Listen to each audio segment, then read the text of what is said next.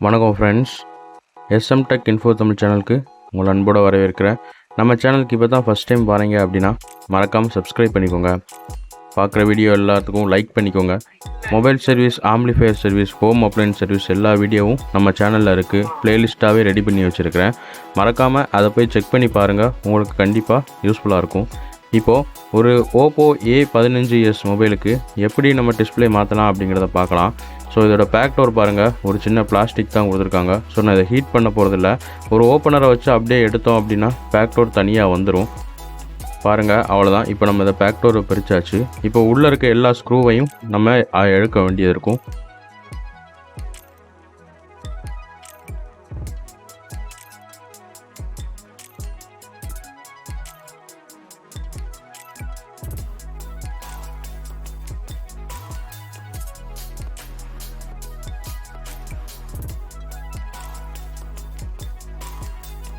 எடுத்த ஸ்க்ரூ எல்லாத்தையும் பத்திரமா ஒரு இடத்துல வச்சுக்கோங்க. அப்புறம் நெக்ஸ்ட் டைம் நம்ம ஃப்ரேம் ஃபிட் பண்ணும்போது அது தேவைப்படும். அதே மாதிரி சிம் ட்ரேயை ஓப்பன் பண்ணால் தான் நம்ம ஃப்ரேமை கழட்ட முடியும். ஸோ சிம் ட்ரே கழட்டி அதையும் பத்திரமா வச்சுக்கோங்க. சிம் ட்ரேயில் சிம்மு மெமரி இருந்துச்சுன்னா அதையும் கவனமாக வச்சுக்கோங்க.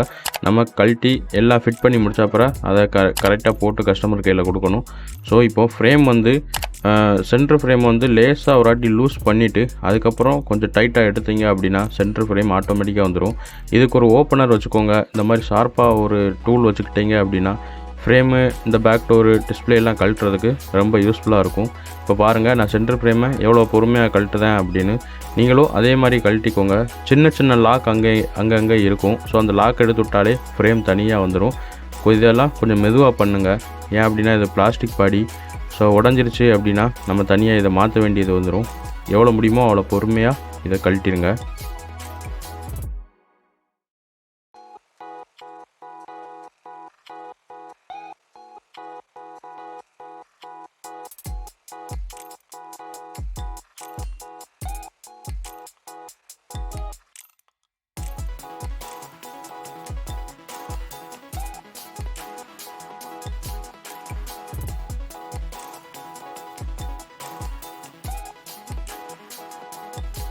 ஃப்ரேமை கழட்டியாச்சு. இப்போ நம்ம பேட்டரிக்குள்ளே ஸ்டிப்பை எடுத்துகிட்டு பேட்டரியை ரிமூவ் பண்ணால் தான் டிஸ்பிளே இருக்கிற ஸ்டிப்புக்கு போக முடியும். பேட்டரியை ரிமூவ் பண்ணதுக்கு பாருங்கள், சைடில் இந்த மாதிரி 2 சைட்லேயுமே பிளாஸ்டிக் போட்டு இதை நல்லா ஒட்ட வச்சுருப்பாங்க. அந்த 2 பிளாஸ்டிக்கையும் நம்ம ரிமூவ் பண்ணிடணும். அப்புறம் பேட்டரியை பிடிச்சி இழுக்கிறதுக்கு இந்த மாதிரி ஒரு இடம் கொடுத்துருப்பாங்க.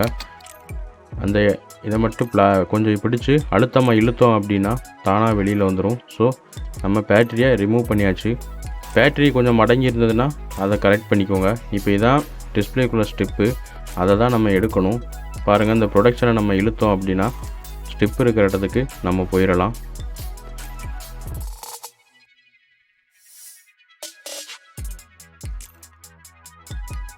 பேட்டரி ஸ்டிப்பை எப்படி ரிமூவ் பண்ணமோ அதே மாதிரி டிஸ்பிளேக்குள்ள ஸ்டிப்பை ரிமூவ் பண்ணிவிட்டு இதில் மேலே பாருங்கள், டிஸ்பிளே ஏற்கனவே விட்டுருச்சு. மேலே ஒரு கொஞ்சம் இடத்துல தான் பிடிச்சிருக்குது கம்மு வச்சு. ஸோ அந்த கம்மை மட்டும் நம்ம எடுத்துட்டோம் அப்படின்னா டிஸ்பிளே தானாக வந்துடும். நீங்கள் ப்ளோயர் போட்டு யூஸ் பண்ணி எடுக்க வேண்டிய டிஸ்பிளே ப்ளோயர் போட்டு எடுத்துருங்க. இந்த மாதிரி உடஞ்சிருக்கிறது கொஞ்சம் டாப்பாக வந்துருச்சு அப்படின்னா நீங்கள் ப்ளோயர்லாம் யூஸ் பண்ண வேண்டாம். சும்மா நார்மலாக ஓப்பனரை வச்சு நம்ம அதை ரிமூவ் பண்ணிடலாம். ஸோ பாருங்கள், நான் ப்ளோயர் யூஸ் பண்ணாமல் டிஸ்பிளேயை தனியாக எடுத்துட்டேன். டிஸ்பிளேயை எடுத்த உடனே மேலே உள்ள ஃப்ரேம் எல்லாத்தையும் க்ளீன் பண்ணிடுங்க. க்ளீன் பண்ணால் தான் நம்ம அடுத்த டிஸ்பிளே ஒட்டுறதுக்கு இடம் கரெக்டாக இருக்கும்.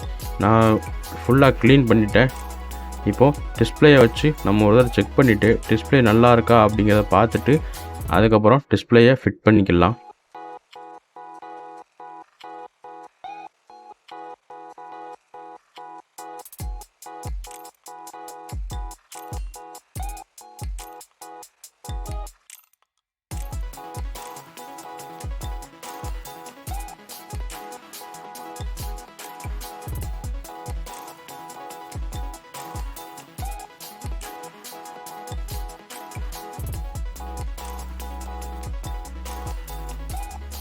டிஸ்பிளேயை நம்ம செக் பண்ணியாச்சு. இப்போது ஃப்ரேமோடு ஃபிக்ஸ் பண்ணிக்கலாம்.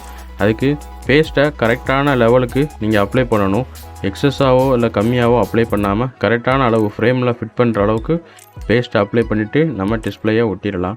டிஸ்பிளே செக் பண்ணுறதுக்கு கோடு இருக்குது. சாம்சங், ஓப்போ, விவோ எல்லாத்துக்கும் தனித்தனியாக கோடு இருக்குது.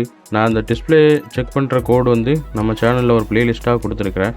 மறக்காமல் அதை போய் செக் பண்ணி பாருங்கள். ஒவ்வொரு கோடுமே ஒவ்வொரு மொபைலுக்குள்ள டிஸ்பிளேயாக உள்ளே இருக்க ஸ்பேரை வந்து நம்ம கழட்டாமலே செக் பண்ணுறதுக்கு உங்களுக்கு யூஸ்ஃபுல்லாக இருக்கும். ஸோ மறக்காமல் அதையும் போய் செக் பண்ணி பாருங்கள்.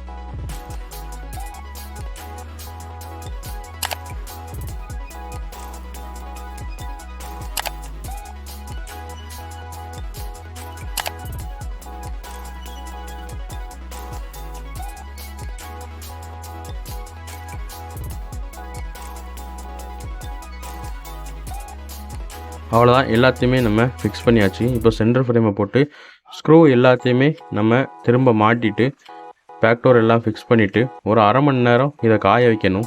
ரப்பர் பேண்டு போட்டு நல்லா இறுக்கமாக சுற்றிட்டீங்க அப்படின்னா ஒரு அரை மணி நேரம் காஞ்சா போதும். டிஸ்பிளேயை நம்ம எடுத்து கஸ்டமர் கையில் கொடுத்துடலாம். இப்போது எல்லாமே செக் பண்ணியாச்சு.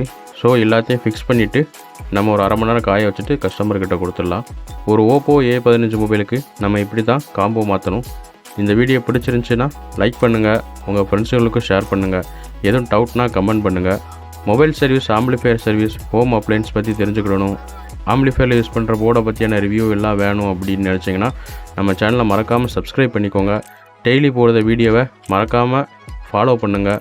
உங்களுக்கு கண்டிப்பாக அதில் யூஸ்ஃபுல்லாக இருக்கும். நீங்களே சர்வீஸ் பண்ணுற அளவுக்கு ரொம்ப சிம்பிளாக தான் நான் அந்த வீடியோ எல்லாமே மேக் பண்ணியிருக்கேன். ரொம்ப சிம்பிள் டூல்ஸ் தான் அதுக்கும் தேவைப்படும். ஸோ நம்ம இப்போது இதை ஃபுல்லாக ஃபிக்ஸ் பண்ணியாச்சு.